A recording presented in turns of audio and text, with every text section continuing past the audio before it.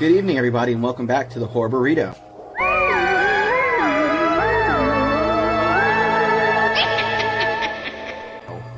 Now in video and color. Also, buy our merch. Okay, so we are back with another movie review, and we're in hats because it is a special time. It's the 1-year anniversary of the Horror Burrito in general, so arriba. Tonight's pick was Zach's. We watched The Nun. Tell us a bit about The Nun, even though you're rocking Freddy. I know, it was just a thing. I like it. Basically, The Nun is part of the Conjuring universe. It's actually like before the other two movies, because they show Frenchie in The Conjuring in that film when they're in that classroom doing their speech or whatever. Basically, I believe it's Romania. There's this like mission place out there with a bunch of nuns. The Abbey.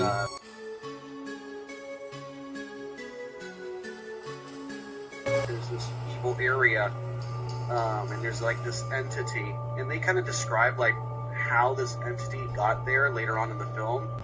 Cold living creature that loves its name. Valak, the Defiler. Due to some devil worshiping. It was like a portal to hell, wasn't it? Guy. Yeah, but he like sacrificed a bunch of people and did like a bunch of rituals and stuff to make Valak come. But basically, the nun committed suicide, the ultimate sin, but really it was a sacrifice because it needed a vessel to leave that mission, build that castle. And oh, did it get one? Oh yeah. And so the church sent out this specialized priest, Father Burke. And they picked up this nun chick, and she was in American Horror Story.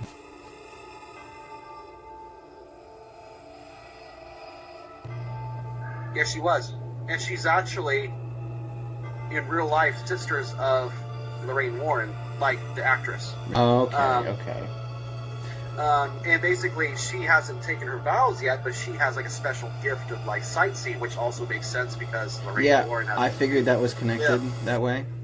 And all hell breaks loose, and I'll let you guys. I don't want to tell the whole movie. So let's start here. Was this a prequel or was it the third part? In your opinion, I feel like this was the original. I think this technically was number one.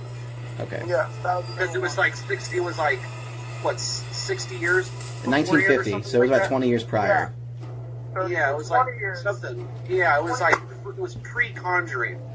It leads into it, like in the whole story. It's just they just filmed things backwards, like they did with Star Wars and Lord of the Rings and The Hobbit. Well, expanding the universe and all that. It was dark. I liked it was dark. I almost don't feel like this film was necessary, though. I felt The Nun had a scarier presence the less we knew about it prior.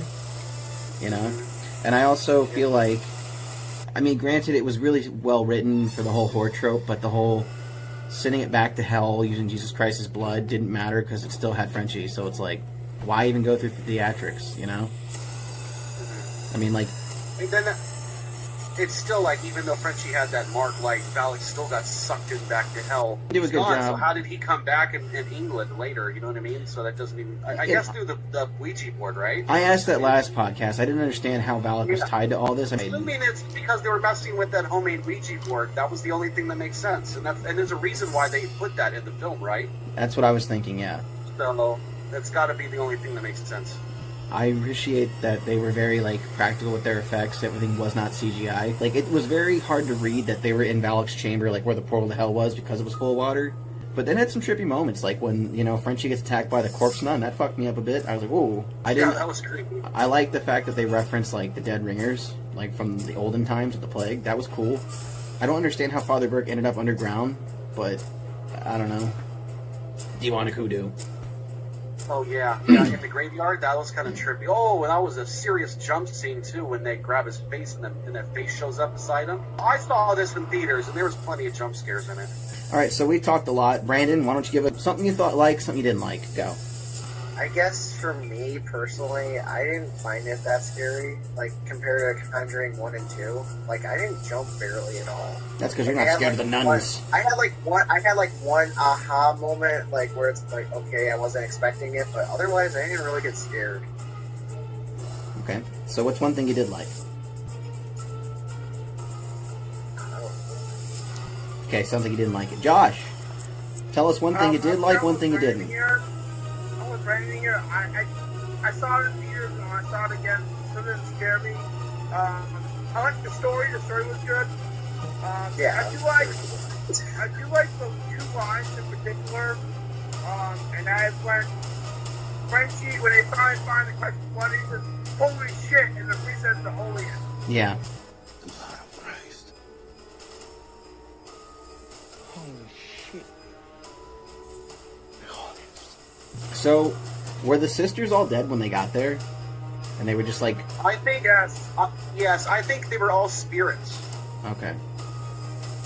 And I think some of them, like remember when she's in there and they say, don't stop praying. Yeah. And then when the priest comes in, she's like, we have to pray. It's the only way. And he's like, pray with who? And Yeah. there's nobody there with the corpse, right?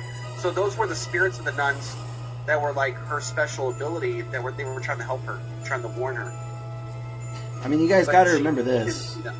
Wasn't directed by James Wan. He produced it and wrote for it, but it wasn't his directing. So that might have had something to do with why you two didn't like it so much. Overall, I think it was a solid film. It definitely beat some of the shittier stuff out there. I mean, we've watched some cheese. I mean, you know. I just wish they would have exposed the nun more in the film. It was kind of a mystery, which I mean, I guess it's good. But I think they were just trying to maximize the budget they pissed away on shooting in Romania, because that was shot in Romania, like Transylvania. So I didn't know that. That's cool. yes, that was shot in Transylvania in an actual abbey. So I think they were more so trying to show you the gothic, creepy architecture, and it's like being lost in a different world almost. You know, like it's still open country, it's still old world, and it's really cut off, and it's where a lot of legends come to life. And they really wanted you to feel that gothic, like, architecture. I think that's what they were going for. What do you guys think about the costume design? Did it fit the time era, like they did with The Conjuring 1 and 2? Yeah, pretty well. I think so. I think it was well. Okay. Plot-wise, it was like kind of rough, but I did like how the very last tie-in, you go straight to The Conjuring 1, where they're giving the scene with Frenchie, and I'm like, huh. That was great. That explained things that you were questioning before. I really was, yeah. And it makes sense, you know, so that's where, like, the nun becomes attached to, like, Lorraine, and we go from there. So, without spoiling, can we just say, does Annabelle take place after The Conjuring or before? Because the next ones are, like, all Annabelle. I still haven't seen Annabelle. I don't know, because I know I think it's based off the 70s as well, so I'm not sure. Guess we'll find out when we watch it, then. The 1960s, early 70s. So then it goes back to Origins, which takes place around the 40s. And then the third one takes place in the 70s again. Okay, well, I'm looking forward to watching those when we get to them. Alright, let's move into our rating system. Let's start with Zach. This was your choice. 1 through 10, what would you rate this film? I'll go with the 8.5. Okay, fair enough. Josh? We go to 0. What? Lies.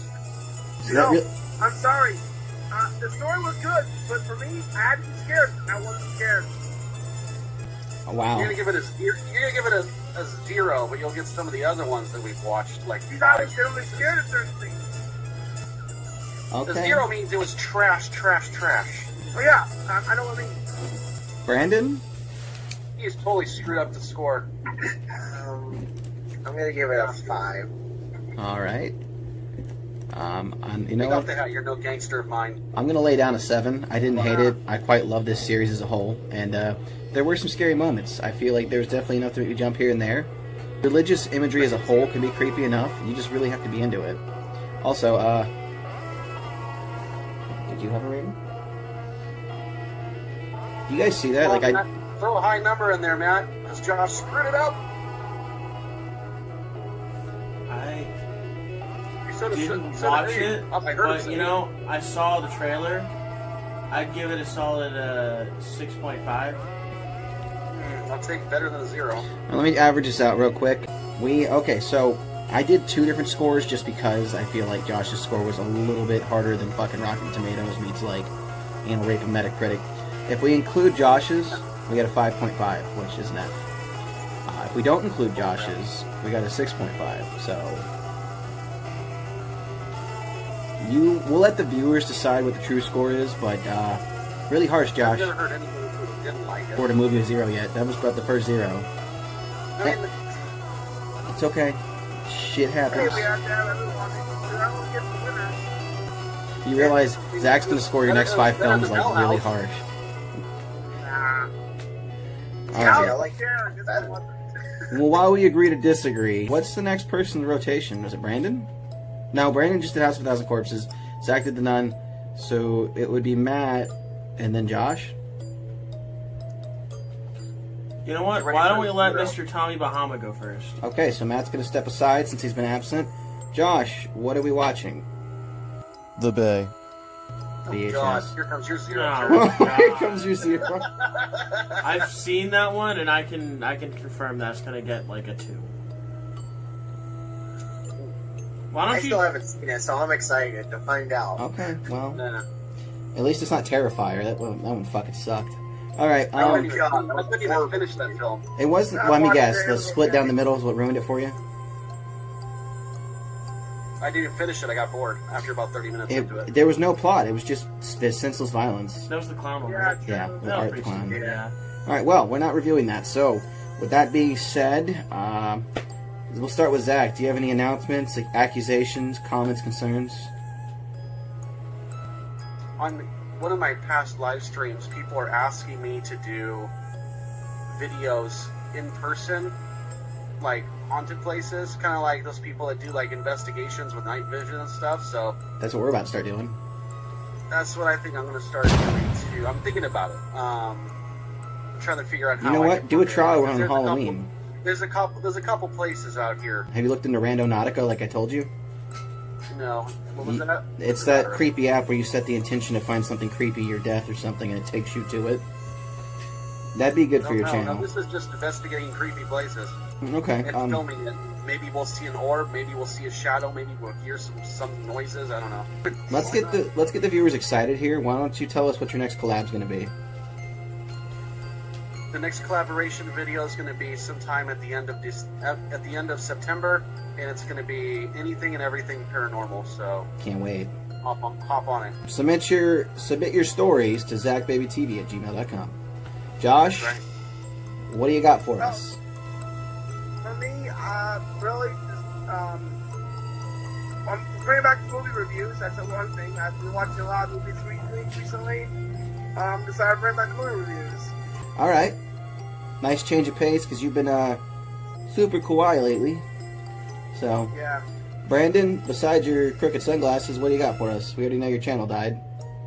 Well, actually, I have a couple of videos planned. I actually kind of want to talk about a Nightmare on Elm Street series a little bit. Because, I mean, yes, we did it on the Horror Burrito, but I want to go in depth and, like, talk about what I liked, what I didn't like, all that kind of stuff. You should. And this year, because Goosebumps Now can't do it, I'm going to take over the throne for Halloween. Yeah, I am moving like mid-October, so there's no Halloween Yeah, happening I'm here. gonna keep that flame going for him. So We are transitioning my channel into more scary stuff. I mean, you guys heard my collab with Zach. I put out some really good zombie stories. I'm still Which was waiting very good, by the way. on one more from this Awesome. guy. They're only going to improve over time. Don't forget, I still have that Goosebumps project in the works. I want to make those beyond stories because those are a lot of fun to write. But it's just been chaotic. I've been working a lot. I mean, you can see how tired I am. Like, I'm dead. Pizza always has the best pizza. They got the stuffed crust that'll flip your pepperonis. Yes, I will. Alright, I so... have pizza tonight. Nice. With that being said, I just saw Jurassic Park in theaters for the first time thanks to my movie date. And this has been the Horror Burrito. So buy our merch because t-shirts, coffee mugs, leggings, face masks, body pillows, Stickers. special dildos with Josh's face at the end. We got them all. You can literally get the Horror His Burrito face is at emblem the on end of your the butt butt. section one, the butt plug part. So, if you think you're rad, go ahead and cop one of these bad boys. There we go. I'm blocking Josh. No offense, Josh. It's cool. Yeah. So, see you guys at the next one when we review The Bay. Have a spooky night. As always, thanks for watching. As always, we thank you for your viewership and support and lending us your ears for the evening. And remember, have a spooky night.